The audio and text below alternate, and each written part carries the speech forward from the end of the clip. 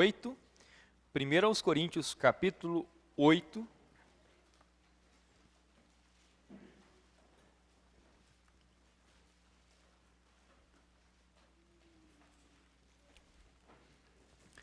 E eu lerei os versos de 1 a 4. 1 aos Coríntios, capítulo 8, versos 1 a 4.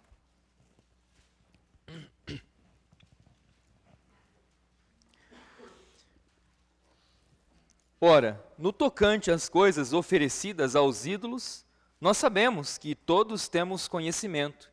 O conhecimento envaidece, mas a caridade edifica. E se algum homem pensa que sabe alguma coisa, ele ainda não o sabe como deveria saber. Mas se algum homem ama a Deus, esse é conhecido dele. No que diz respeito ao comer das coisas oferecidas em sacrifício aos ídolos, nós sabemos que o ídolo nada é no mundo, e que não há outro Deus, somente um. Vamos ao trono de Deus em oração? Irmão Danilo, ore por nós, por favor.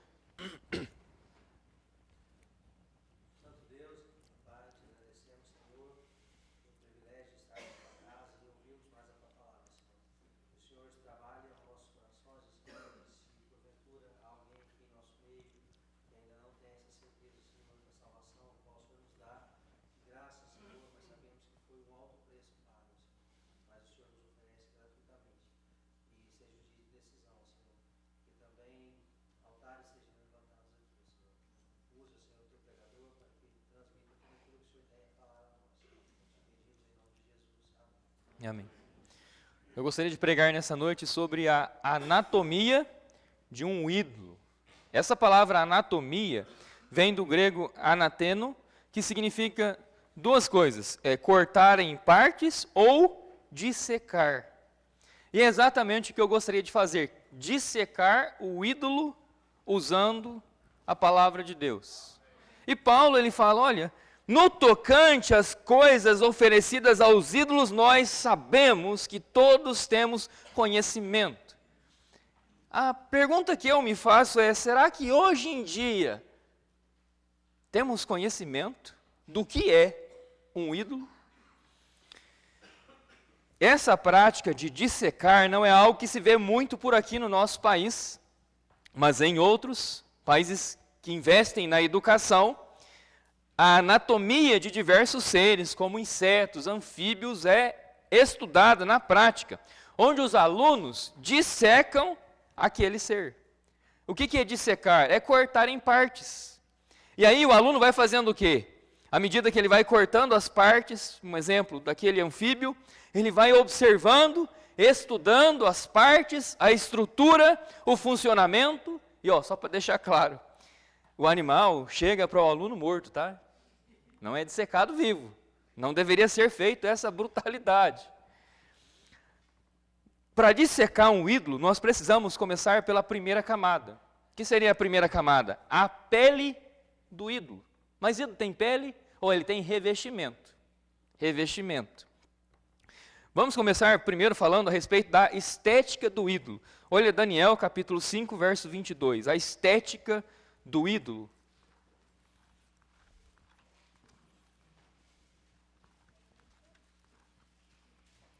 Daniel capítulo 5, verso 22.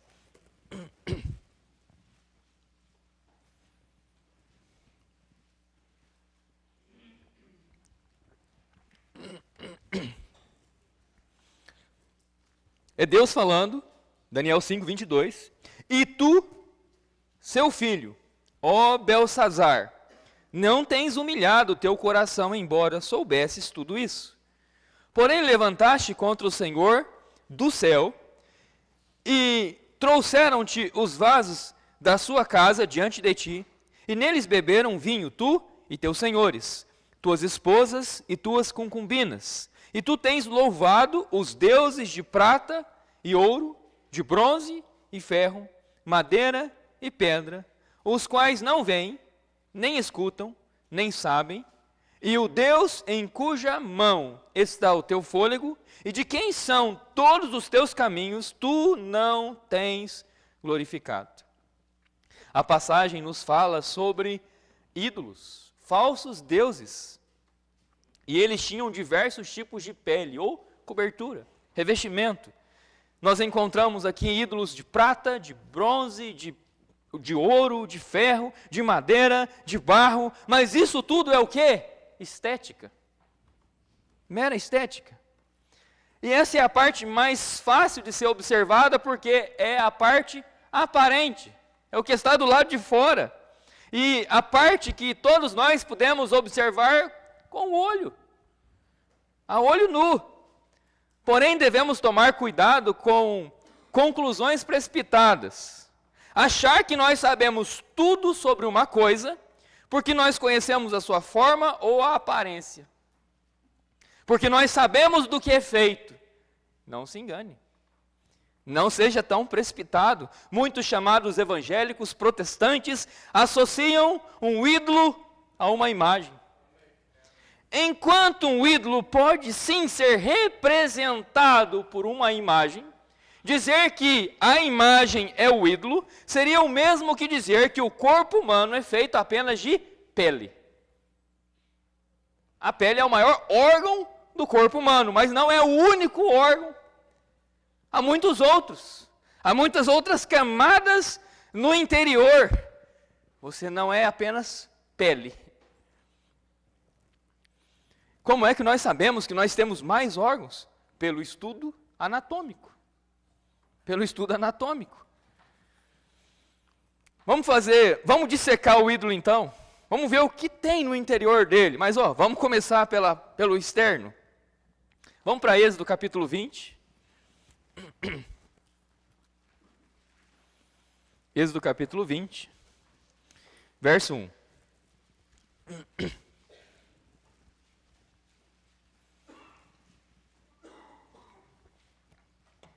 E Deus falou todas estas palavras, dizendo: Eu sou o Senhor teu Deus, que te tirou da terra do Egito, da casa da servidão. Não terás outros deuses diante de mim. Não farás para ti nenhuma imagem esculpida, ou qualquer semelhança de alguma coisa que está em cima no céu, ou que está embaixo na terra, ou que está na água abaixo da terra. Pronto, está vendo? Não é para fazer imagens, não é para ter imagens, logo eu não tenho nenhuma imagem, então logo eu não tenho nenhum ídolo. Calma, você está se precipitando, nós nem começamos a dissecar o ídolo ainda. Ainda é cedo para você falar que não tem ídolo, é muito cedo. Não, mas eu não tenho imagem. O ídolo não se resume a uma imagem. Olha Êxodo capítulo 25. Êxodo 25, verso 18. E farás 2 querubins de ouro, de obra batida os farás nas 2 extremidades do propiciatório. De quem partiu a ordem? Verso 1. E o Senhor falou a Moisés dizendo, qual era a ordem? Farás 2 o quê? Querubins. E agora? Como você me explica isso? Deus está então se contradizendo? Nunca. Deus se contradiz. Onde está o problema? No entendimento superficial da palavra de Deus. Num julgamento precipitado. Vamos entender o que é a proibição? Com Êxodo 24 em mente, que é o texto onde nós lemos lá, não farás imagem. Com esse texto em mente, olha Deuteronômio 4, verso 12.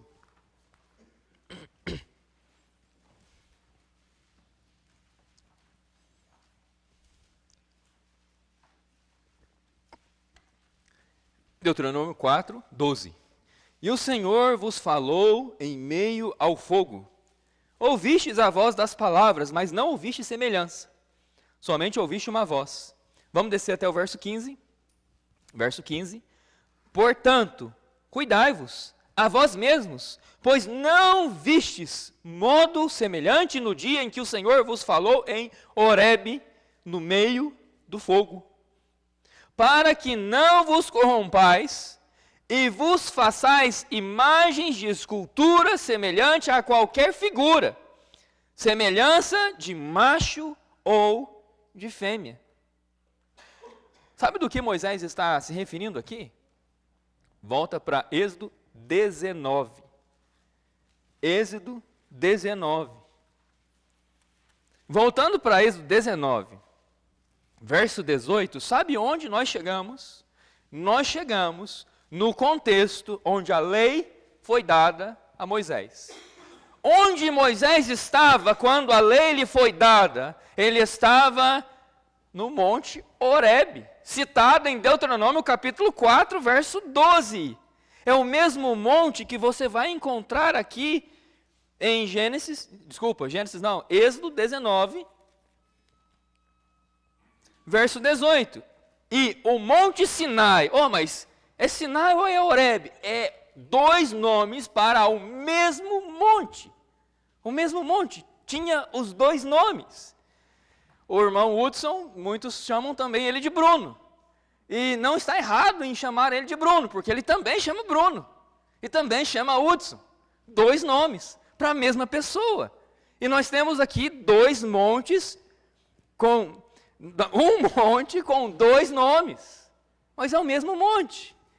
E o Monte Sinai estava todo ele envolto em fumaça, porque o Senhor desceu sobre ele em fogo, e a fumaça dele subia como a fumaça de um forno, e todo o monte tremia grandemente. Nós já lemos sobre isso.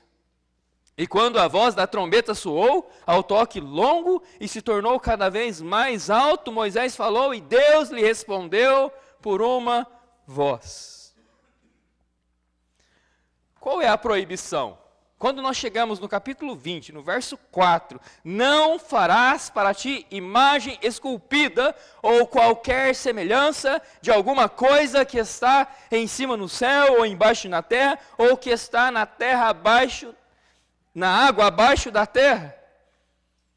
A proibição era de se fazer uma imagem da pessoa de Deus. E por que essa é a proibição? Em João 1,18, está dito lá, nenhum homem viu a Deus em qualquer tempo. O Filho unigênito que está no seio do Pai, ele o declarou.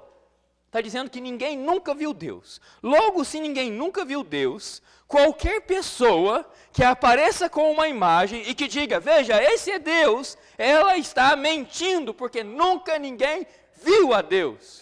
A proibição é que se faça qualquer imagem que seja uma representação de Deus. Essa é a proibição de Êxodo, capítulo 20, verso 4. E por isso que no capítulo 25, nós encontramos a ordem do próprio Deus para que fossem feitos querubins. O problema não está numa confecção de uma imagem. O rei Salomão, ele mandou confeccionar esculturas de leões. Eram 12, na escadaria que dava para o trono onde ele julgava. 6 de cada lado. E eu não encontro em nenhum lugar na palavra de Deus, Deus repreendendo Salomão pela figura dos leões.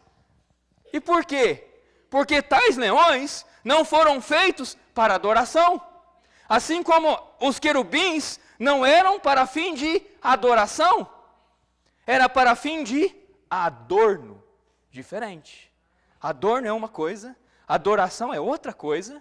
Agora, eu entendo que pode-se misturar as coisas, e a pessoa, ao confundir as coisas, ela poderia adorar a imagem. Sim, isso é possível, e vamos ver essa possibilidade se tornando algo real e concreto.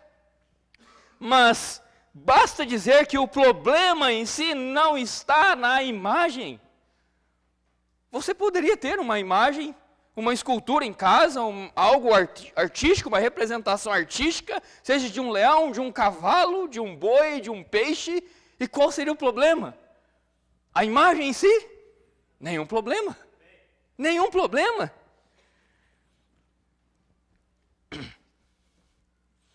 Os querubins eram uma representação do trono de Deus, porque se você ler, não precisa ir lá agora, mas se você ler Mais para frente, no capítulo 25, nos versos 21 e 22, vai dizer que os querubins, a arca, o propiciatório, que seria, a grosso modo falando, a tampa da arca, aquilo que ia por cima da arca, aí os querubins, ali era onde Deus falava com o seu povo. Os querubins é uma representação do trono de Deus. Mas não deve ser, não deve ser, aquelas figuras não eram para ser adoradas. Ela é uma representação. Agora, qual é o perigo? Ou a pergunta que nós podemos fazer é: onde entra a prática da idolatria? Quando uma imagem se torna um ídolo? Vamos para 2 Reis 18. 2 Reis 18. Verso 4.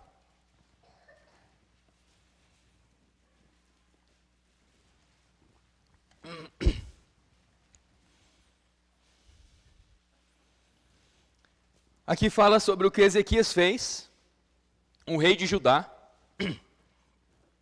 Ele removeu os lugares altos, e quebrou as imagens, e cortou os bosques, e quebrou em pedaços a serpente de bronze que Moisés havia feito. Porque até aqueles dias, os filhos de Israel queimavam incenso para ela, e ele a chamou de Neustã. Ou então o erro está com Moisés. Moisés, por que você fez essa serpente de bronze? Porque agora, Moisés, essa mesma serpente está sendo idolatrada, está sendo adorada. Moisés, você errou. Moisés errou. Vamos para Números capítulo 21. E vamos ver de quem partiu a ordem. Números capítulo 21. Verso 6.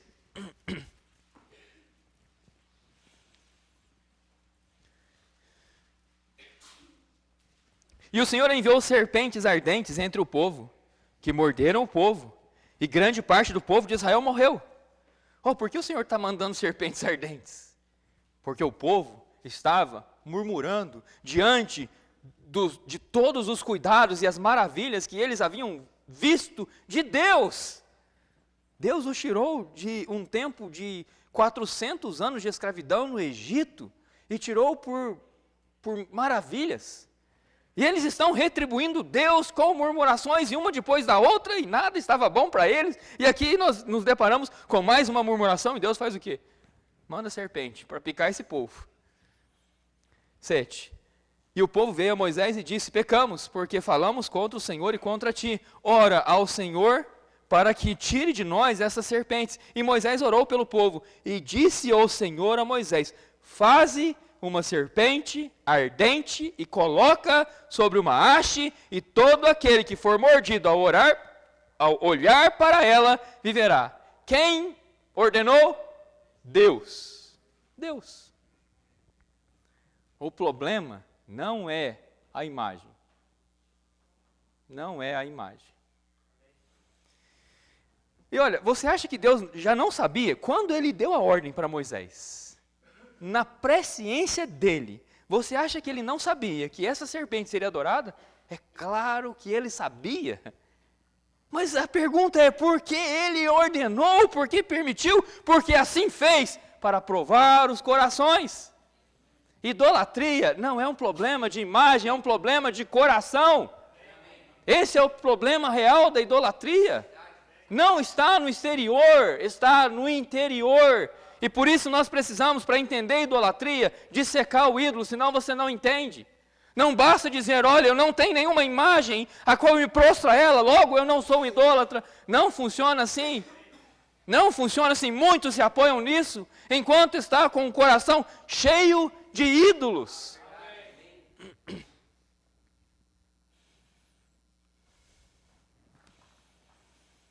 Respondendo à pergunta: quando uma imagem se torna um ídolo? Êxodo capítulo 20, verso 5.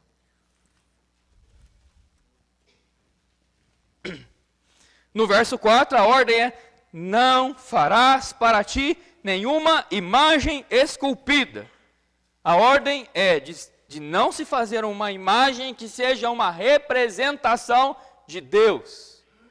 Mas olha, então quer dizer que eu posso fazer uma imagem, e se ela não for uma representação de Deus, eu posso me encurvar diante dela. Não, porque o verso 5 vai dizer, não te curvarás diante delas, nem as servirás, porque eu sou o Senhor teu Deus.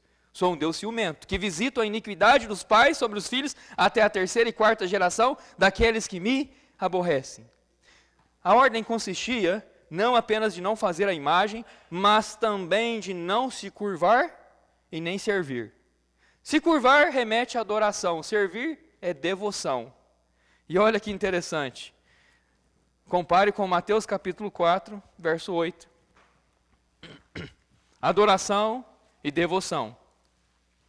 Mateus 4, 8.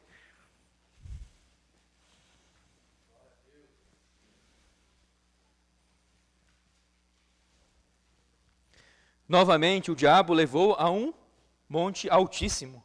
Ele mostrou todos os reinos do mundo e a sua glória. Ele disse, todas estas coisas eu te darei, se prostrado me adorares. A proposta do diabo não é, olha, se você me reconhecer como Deus. Não foi essa a proposta. A proposta é, se você, prostrado, me adorar. Prostrar, devoção. Aí vai indicar outra coisa também, que vai ser a devoção, e nós vamos perceber isso pela resposta de Jesus. Então disse-lhe Jesus, vai-te, Satanás, porque está escrito, tu adorarás ao Senhor teu Deus, e só a Ele servirás. Serviço, devoção. Apenas um deve ser adorado e servido, Deus. Deus. A passagem nos ensina que a estética de um ídolo vai além de meras imagens. Até porque as imagens que foram mostradas ao nosso Senhor Jesus não eram imagens físicas ou materiais. Era tipo de uma ilusão. Ele mostrou em um instante todos os reinos desse mundo. A imagem, o material do ídolo, ou ainda a forma com que o ídolo se apresenta, é apenas a isca para você morder. É apenas a isca para te seduzir. É apenas a isca para te atrair. Nós temos muitos exemplos bíblicos de várias formas de deuses, falsos deuses, ídolos. Dagon, na Bíblia, era um falso deus adorado pelos filisteus, representado por uma imagem que era metade homem, metade peixe. Baal tinha várias representações, em algumas ele era representado por um touro. Moloque, representado por uma imagem com um corpo humano e cabeça de touro. Na cavidade do ventre, onde eles aqueciam, era onde sacrificavam as crianças. Pais sacrificavam seus filhos ali. Diana ou Artemis era representada pela a figura de uma mulher com múltiplos seios. Deusa da fertilidade, da maternidade, da abundância na asa menor. Olha Romanos capítulo 1, verso 23. Romanos 1, 23.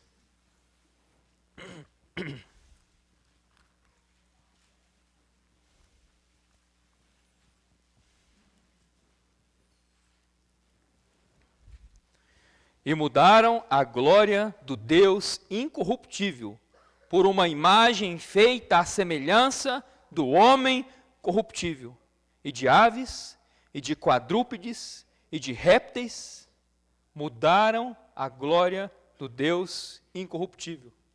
Corromperam Deus.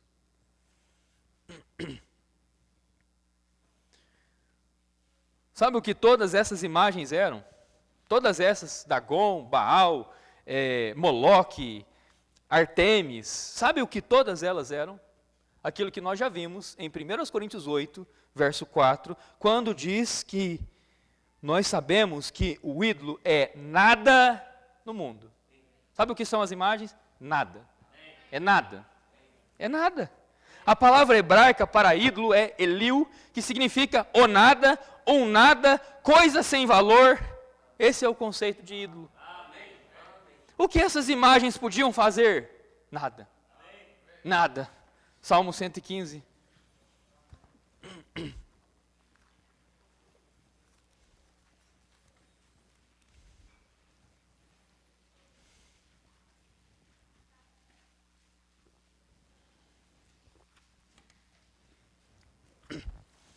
Salmo 115, verso 1.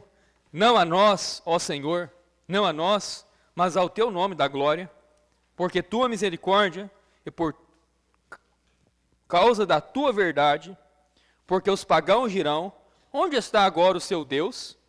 Mas o nosso Deus está nos céus, ele faz tudo o que lhe apraz.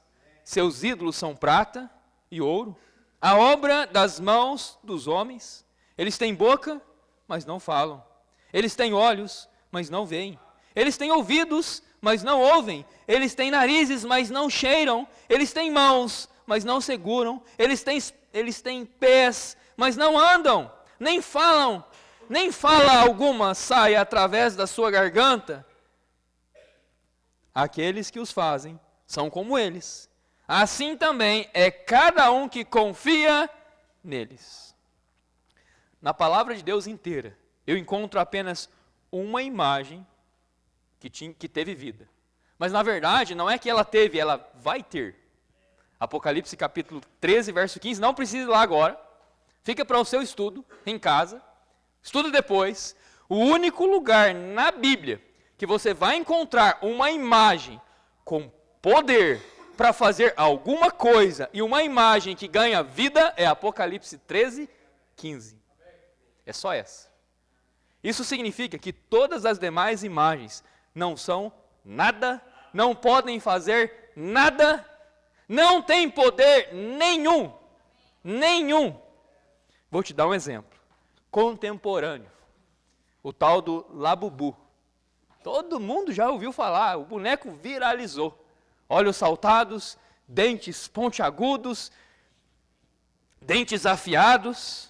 E o boneco está por toda parte. E muitos evangélicos estão dizendo que o boneco é responsável por abrir portais espirituais para os demônios. E se você tem um em casa, ele é o causador de todo o mal que tem aparecido lá. De onde veio essa teologia? Internet. Internet. Aonde está na Bíblia? Onde está na Bíblia? Que uma imagem tem o poder qualquer, que uma imagem tem um poder para abrir um portal espiritual. Onde você leu isso na Bíblia? Sabe o que eu leio na Bíblia? Eu leio na Bíblia assim: porque não lutamos contra carne e sangue, mas contra os principados, contra as potestades, contra os governantes das trevas desse mundo, contra a maldade espiritual em regiões celestiais. Isso é o que eu leio em Efésios capítulo 6, verso 12. Os demônios não precisam de bonecos, não precisam de imagens para que portais espirituais lhes sejam abertos, porque eles já estão nas regiões celestiais. Eles já estão aqui, no mundo jaz o maligno. Não precisa ser aberto nenhum portal. Não precisa.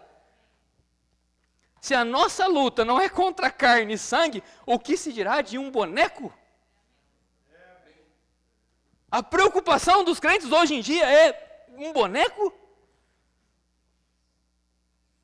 Lembra que o ídolo é nada? O boneco é o quê? É nada. Oh, mas o boneco é Pazuzu. É uma representação de um demônio mitológico da Mesopotâmia. A imagem é o quê? É nada. O ídolo é o quê? É nada. Agora vamos usar o bom senso. Eu estou falando para você comprar o boneco? Eu não falei para você comprar o boneco. Eu estou falando para você que, você está pensando, está desculpando porque deve ter o boneco. Não tem o boneco, eu não quero o boneco. O que eu ia querer com uma coisa feia dessa? Qual é o propósito? Eu não vejo problema em meu filho brincar com um boneco, mas olha, nós somos seletivos no boneco em que ele brinca. Porque olha, a criança é criança e ela deve brincar. E criança tem uma imaginação muito fértil e ela vai usar na sua brincadeira a imaginação dela. E olha, tudo bem ela brincar com animais, com leões e algum outro, um boneco. O meu filho tem o Woody, um vaqueiro, mas olha, eu não dou para ele, não vou dar para ele um bicho feio, que eu nem sei quem que é, o que ele faz, e nem quero saber quem ele é, não me interessa. O ídolo é nada. O ídolo é nada. E sabe o que deve ser a nossa preocupação? Sabe o que é o mais importante? De fato, Nós devemos ser sábios naquilo que nós vamos permitir entrar na nossa casa. Devemos ser sábios naquilo que nós vamos expor aos nossos filhos. Mas sabe o que é o mais importante? Enquanto o crente está tão preocupado com um boneco, está tão preocupado às vezes com uma roupa, com a camisa, com uma frase, com isso ou com aquilo. E o templo de Deus? E o templo de Deus, que é o seu corpo? Olha, a verdade é que, se você quer falar de portais espirituais, tem sim uns portais espirituais por onde o mal pode entrar, e esses estão no seu corpo.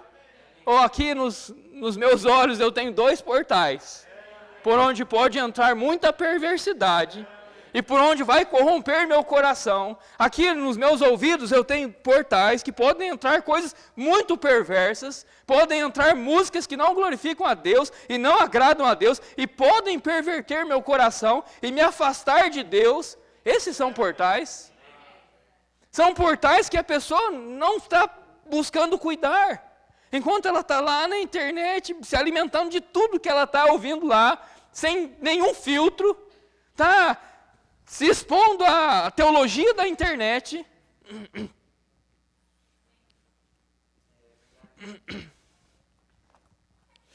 Essa é a estética do ídolo. Vamos para a estrutura do ídolo. Quando nós removemos a pele do ídolo, o revestimento, nós podemos entender melhor o que está por detrás da mera imagem. Podemos entender o mecanismo da idolatria. Se continuar a dissecar, por baixo da pele encontramos ossos, músculos, articulações. E dessa forma, quando removemos a estética do ídolo, encontramos a sua estrutura. O que sustenta um ídolo? Não é o ouro, não é a prata, não é a madeira. Olha, Jeremias 10.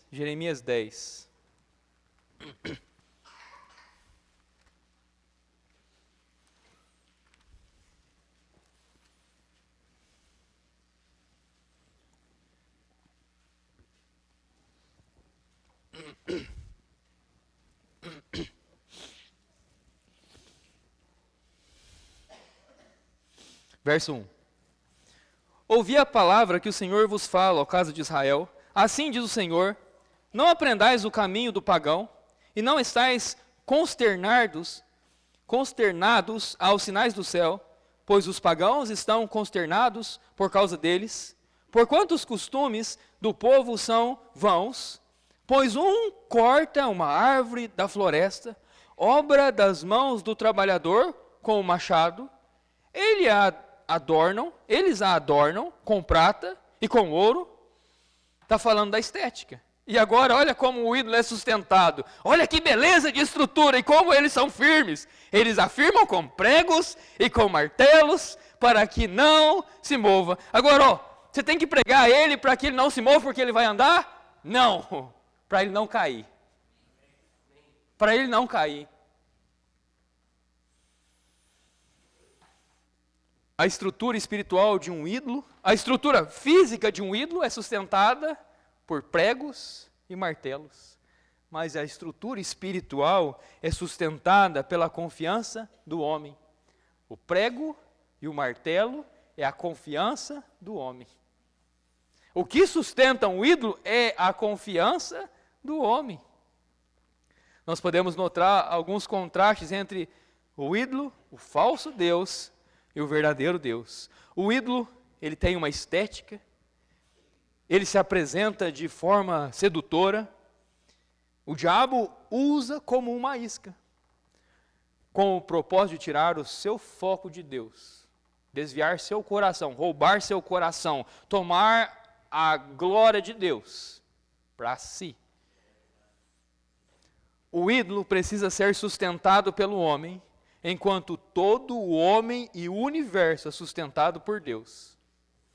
Deus falou a Belsazar, tu tens louvado os deuses de prata e ouro, de bronze, ferro, madeira e pedra, os quais não veem, nem escutam, nem sabem. O que sustentava aqueles deuses? Pregos e martelos. E o Deus em cuja mão está o teu fôlego. Quem sustentava aquele homem de pé? O verdadeiro Deus. Quem te sustenta de pé agora? Quem está te dando o fôlego da vida, está te permitindo estar vivo até agora? Deus. Não é um ídolo, é o verdadeiro Deus. O Deus em cuja mão está o teu fôlego e de quem são todos os teus caminhos, tu não tens glorificado. Esse é o problema maior da idolatria. Um dos motivos pelo qual o homem prefere adorar um ídolo é que o ídolo pode ser manipulado, pode ser controlado. Você pode pegar ele e tirar ele daqui e pôr ali. Por quê? Talvez porque você queira fazer algo aqui que ele não poderia ver. E se tirar ele, só de tirar ele não vai ver mesmo. A verdade é que ele nunca viu nada. Ele nunca viu nada, mas o verdadeiro Deus você não pode controlar. Você não pode manipular. Você não pode se esconder dele. Aqui ele não me vê. Ele vê. Ele te verá. Também, em qualquer lugar. Porque os seus olhos estão em todo lugar. E contemplam os bons e também os maus. Olha Isaías 46, versos 6 e 7. Isaías 46, 6 e 7.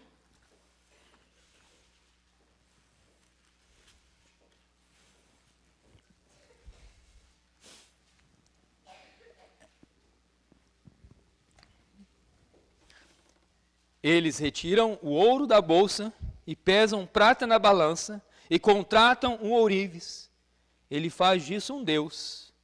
E eles se prostram, sim, eles adoram. Eles o sustêm sobre o seu ombro, eles o levam e o dispõem em seu lugar e ele permanece. Deixa o lugar, ele não se ausentará. Sim, alguém clamará a ele, contudo ele não pode responder, nem salvá-lo de seu problema. Enquanto o ídolo, ele precisa ser carregado, Deus, o verdadeiro Deus, é quem carrega seu povo.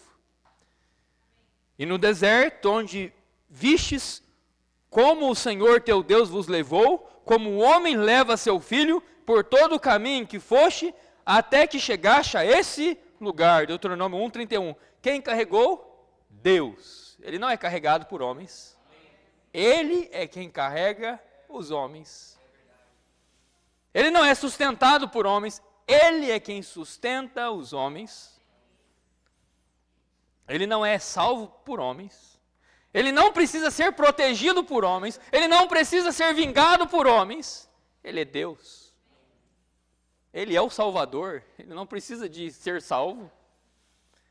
Ele sabe se proteger, ele não precisa de que alguém o proteja. Olha, Juízes capítulo 6, verso 28.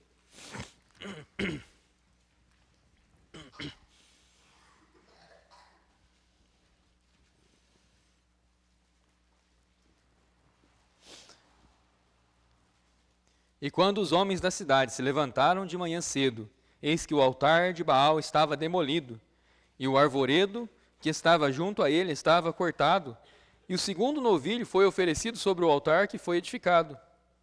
E disseram uns aos outros: quem fez essa coisa? E quando investigaram e perguntaram, disseram: Gideão, filho de Joás, fez essa coisa. E então os homens da cidade disseram a Joás: traz para fora teu filho, para que morra, porque ele demoliu o altar de Baal, e porque cortou o arvoredo que estava junto a ele. E Joás disse a todos os que levantaram contra ele: vós rogareis por Baal? Podereis salvá-lo? Que seja levado à morte aquele que roga por ele enquanto ainda é manhã. Se ele for um Deus, que rogue a si mesmo, já que demoliram seu altar. Oh, esse Deus é tão poderoso que ele precisa ser vingado? Ele não pode salvar a si mesmo?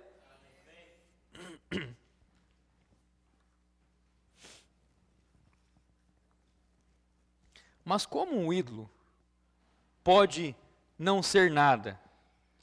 Sabe o que o pecador faz diante da palavra de Deus? E quando a palavra de Deus ela diz algo contra a sua crença, ele apela para as suas experiências. Eu sou devoto desse ou daquele, e eu sou muito fiel a ele, e ele já tem me cuidado e tem me abençoado. Jeremias 44.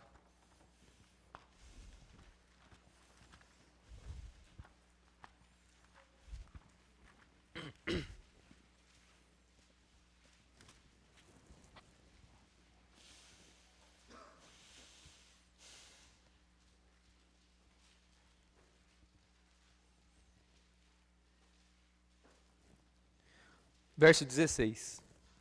Com relação à palavra que tu tens falado para nós, em nome do Senhor, nós não daremos ouvido. Aqui você encontra um povo ao qual o profeta de Deus, Jeremias, foi mandado por Deus para pregar contra eles e a prática deles, e eles estão falando, com relação ao que você tem falado, em nome do Senhor, nós não daremos ouvido. Não vamos obedecer essa palavra. Não vamos te escutar nisso. Sobre o que é o assunto? Mas nós certamente faremos qualquer coisa que saia da nossa própria boca. Queimaremos incenso para a rainha do céu. Rainha do céu. Eu conheço alguém que é intitulada assim, hoje em dia. E lhe derramaremos ofertas de bebidas, como nós temos feito, nós e nossos pais, nossos reis, nossos príncipes, na cidade de Judá e nas ruas de Jerusalém, pois então tínhamos abundância de mantimento e estávamos bem e não víamos o mal. Eles estão justificando a sua prática idólatra na experiência deles. Nós tínhamos abundância de alimentos, estávamos bem, não víamos o mal. A estrutura invisível da idolatria, todo ídolo, promete 3 coisas: saciedade, tínhamos abundância de mantimento, segurança, não víamos o mal, e satisfação. No verso 17, no começo do verso, eles falaram, certamente faremos qualquer coisa que sai da nossa boca. Um ídolo, ele te atrai com essas 3 coisas: saciedade, segurança e satisfação. E eles estão teimando na sua prática, por quê? Por sua experiência. Olha o que eles vão falar no 18. Porque desde que nós cessamos de queimar incenso à rainha do céu, e de lhe derramar ofertas de bebida, nós temos tido falta de todas as coisas, e temos sido consumidos pela espada e pela fome. Então eles entenderam que a solução então é o quê? É a idolatria. Agora eu te pergunto, se o ídolo é nada, e não pode fazer nada, o que está por detrás? O que está por detrás desses feitos? Olha 1 Coríntios capítulo 10, verso 19.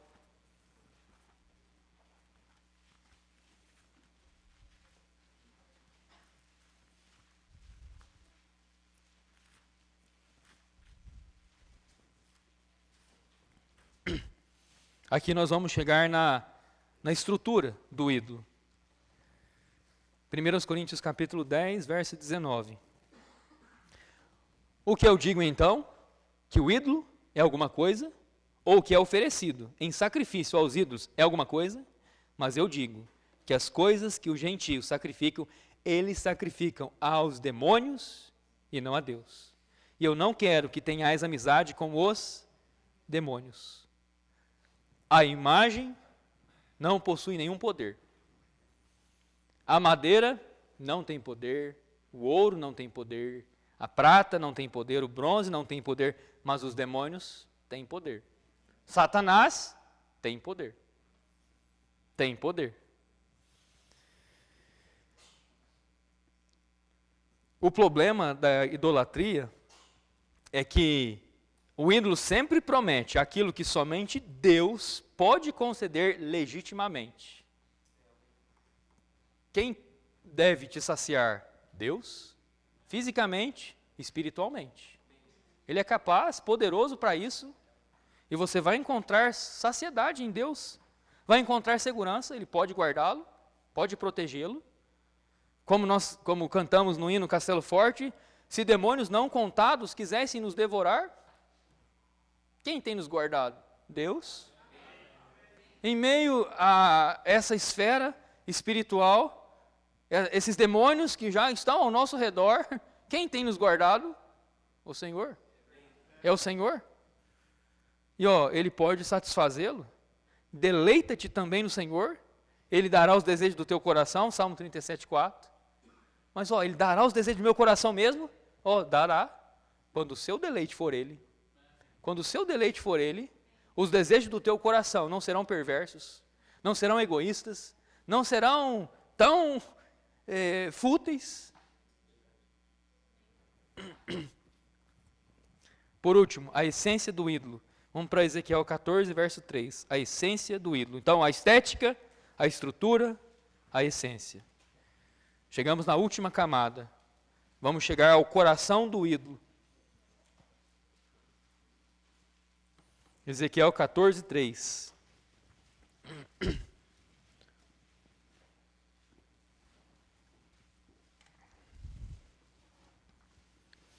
Filho do homem, estes homens estabeleceram os seus ídolos em seu coração e puseram a pedra de tropeço da sua iniquidade diante da sua face. Deveria eu ser inquirido em tudo por eles? Então, se nós removermos a estética, nós chegamos na estrutura. Quando chegamos na estrutura, nós veremos que, ainda que a imagem é nada, mas por detrás dela há demônios que estão, na verdade, recebendo aquela adoração. Porque pessoas morderam a isca da imagem e foram atraídos por ela e foram naquele engano. Mas agora, quando nós chegamos e removemos essa última estrutura, essa última camada, aí nós chegamos na essência do ídolo, no coração do ídolo. E o que nós vamos encontrar lá? O que tem lá? Nada. É vazio. O coração do ídolo é reflexo daquilo que ele é nada. Mas o coração do ídolo é, na verdade, o coração daquele que o idolatra. O texto de Ezequiel 14 revela para nós onde nascem os ídolos. E é interessante notar o uso da palavra no plural. Não está dizendo, filho do homem, estes homens estabeleceram o seu ídolo, mas os seus ídolos. E é interessante notar que a maior parte das vezes que nós encontramos a palavra está no plural. E por que está no plural? Quando o altar de um ídolo é derrubado no Velho Testamento, não demora muito até que um novo altar de um novo ídolo seja levantado. Você vai ler lá e você vai encontrar, eles derrubam o altar de Baal e erguem o de Astarote. Derrubam o de Astarote, erguem o de Moloque. Isso revela que o problema vai muito além das imagens. Filho do homem, estes homens estabeleceram seus ídolos. Estabelecer significa criar, instituir, fixar, tanto no sentido de fixar residência, quanto ficar firme. Onde eles estabeleceram seus ídolos? Onde eles criaram seus ídolos? Onde eles instituíram? Onde eles fixaram? Onde eles tornaram firmes seus ídolos? Deus está dizendo, filho do homem, esses homens estabeleceram seus ídolos em suas casas? Não. Filho do homem, esses homens estabeleceram seus ídolos no seu coração. O coração do homem é onde os ídolos são criados. O coração do homem é onde o ídolo é instituído. O coração do homem é onde o ídolo é fixado. É onde ele é firmado.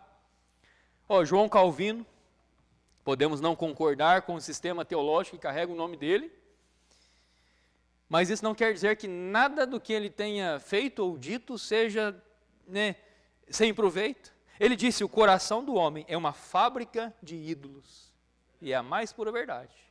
O coração do homem é uma fábrica de ídolos. Muitos ídolos que são criados aqui no coração do homem, não possuem uma imagem, uma forma física, não possuem revestimento estético, ainda assim são ídolos. Por isso eu falei do evangélico, do protestante, que fala assim, olha, na minha casa não tem nenhuma imagem, Eu acredito. Mas não tem nenhum ídolo no coração? Esse é o ponto. Esse é o ponto. Não tem ídolos no coração? Ah, mas quais ídolos? Quais ídolos? Olha Isaías 14, verso 12. Talvez é o ídolo do eu.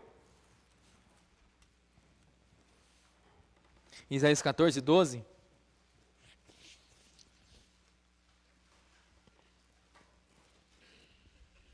Como caíste do céu, ó Lúcifer, filho da manhã, tu que foste derrubado ao chão, que enfraqueces as nações, porque tu tens dito em teu coração, eu ascenderei em direção ao céu, eu exaltarei meu trono acima das estrelas de Deus, eu também sentarei no monte da congregação, nos lados do norte, eu ascenderei acima das alturas das nuvens, eu serei semelhante ao Altíssimo. O que é isso?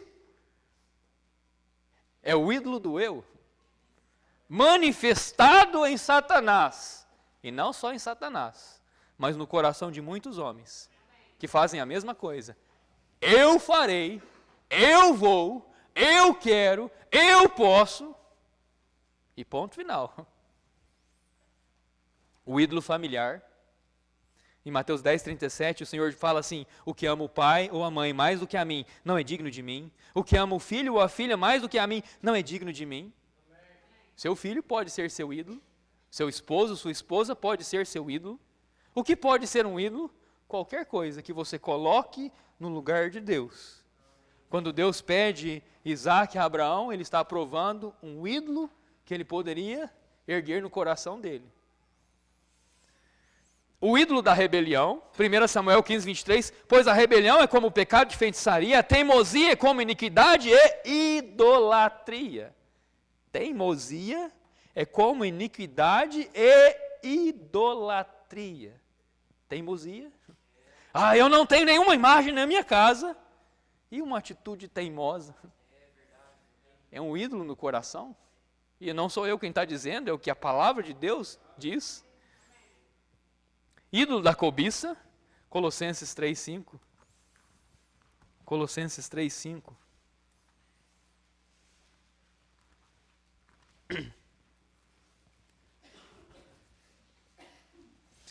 Mortificai, portanto, os vossos membros que estão sobre a terra, a fornicação, a impureza, a afeição desordenada, a vil concupiscência e a avareza, que é idolatria. Avareza é o quê? Idolatria. Idolatria. O ídolo da carne, Filipenses 3,18 diz assim: cujo fim é a destruição, cujo Deus é o ventre, cuja glória é a sua vergonha, que só pensam nas coisas terrenas. Um ídolo pode ter muitas formas, muitas facetas. Para alguns pode ser sexo, pornografia, bebida, comida, hobby.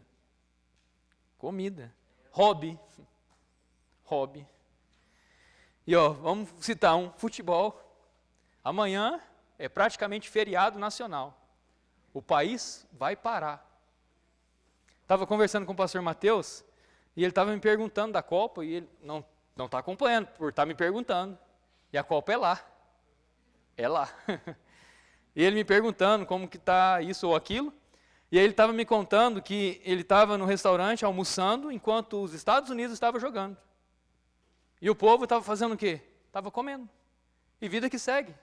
E vida normal. Lá não é feriado nacional. Lá não param. Aqui para tudo.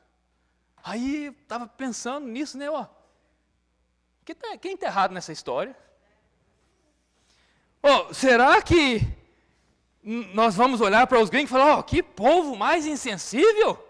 Nem para poder parar 2 horinhas para poder assistir um jogo? Mas o brasileiro não para 2 horas. É esquenta, é pré não sei do que, depois não sei lá o que é. É o dia inteiro, é o dia inteiro.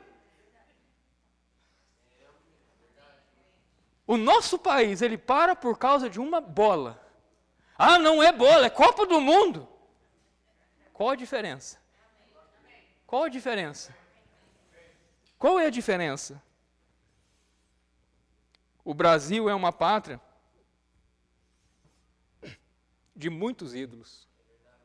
Muitos ídolos. A Baía de Todos os Santos é a maior baía do mundo. Fica em Salvador, já foi capital do Brasil. E essa baía foi porta de entrada no período colonial. Tudo que não presta entrou por essa baía. Aí você fala assim, ó, os ídolos entraram por lá, ó, alguns entraram por lá, outros são ídolos de casa. Outros foram produzidos em casa, outros foram produzidos nesse coração aqui e nesse aí. O ídolo da bola é um. É um. Do carnaval é outro ídolo. Assim como há muitos ídolos nessa pátria. Muitos ídolos. E olha, eu sei como o idólatra se desculpa. O ídolo não é aquilo que você possui. O ídolo é aquilo que possui você. Isso é o ídolo. Lembra dessa definição? Não é aquilo que você possui. Não é uma imagenzinha. É aquilo que está possuindo você. É aquilo que tem os seus pensamentos. É aquilo que tem os seus desejos, suas expectativas, seus sonhos, seus anseios. Esse é seu ídolo. Esse é o ídolo que você levantou no seu coração. E o ser humano, sendo ardiloso e na sua engenhosidade religiosa, ele sabe justificar a sua idolatria. O catolicismo, teologicamente, diz que no catolicismo não tem idolatria. Eles fazem uma separação e eles chamam essa separação de dulia e latria. Na dulia, você encontra uma veneração, uma admiração por santos do passado, santos que já morreram. Mas nós não adoramos como Deus. Tem a hiperdulia, adoração de Maria. Uma hiperveneração, mas não estamos adorando como Deus. Aí, a latria, essa é só Deus. Isso é teoria. Mas e na prática, como funciona? Como é na prática? Na prática, você se prostra para quem? Na prática, você recorre a quem? Na prática, você vai rezar, orar para quem? No aperto, você corre para onde? Na prática. Como funciona na prática? Eu sei, uma desculpa que eles usam também, eles vão dizer assim, olha, sabe onde está o pecado da idolatria? O pecado da idolatria, toda vez que nós vamos encontrar Paulo falando da idolatria na Bíblia, 1 Coríntios capítulo 8, ou então 1 Coríntios capítulo 10, tem sacrifício lá. Tem sacrifício físico lá. Ou então, enquanto eu não estou fazendo nenhum sacrifício, eu estou bem. Não sou um idólatra. Mas olha, você nunca leu?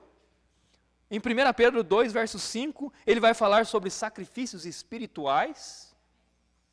Existem ídolos espirituais que não têm forma. E existem sacrifícios espirituais que você faz para esses ídolos espirituais que não tem sangue, não tem altar físico, mas tem sacrifício no sentido de que você vai dedicar ali seu tempo, esforço, tudo aquilo que você deveria dedicar a Deus e vai dedicar ao ídolo. Certa vez um missionário visitou uma aldeia onde havia um enorme ídolo de madeira no centro da praça. A estátua era impressionante, alta, ornamentada, coberta de ouro, pedras coloridas. Todos os moradores reverenciavam. Durante a tempestade, o raio atingiu o ídolo. No dia seguinte, os aldeões foram verificar o estrago. Quando se aproximaram, descobriram algo curioso. O tronco estava oco por dentro. E o pior, estava cheio de cupins. Aquilo que parecia ser forte por fora, estava sendo consumido por dentro havia anos. Um dos moradores olhou para o missionário e disse, passamos anos confiando nisso. O missionário respondeu, esse é o problema dos ídolos. Eles sempre parecem mais fortes por fora do que realmente são por dentro. Convido você a fechar seus olhos, baixar sua cabeça.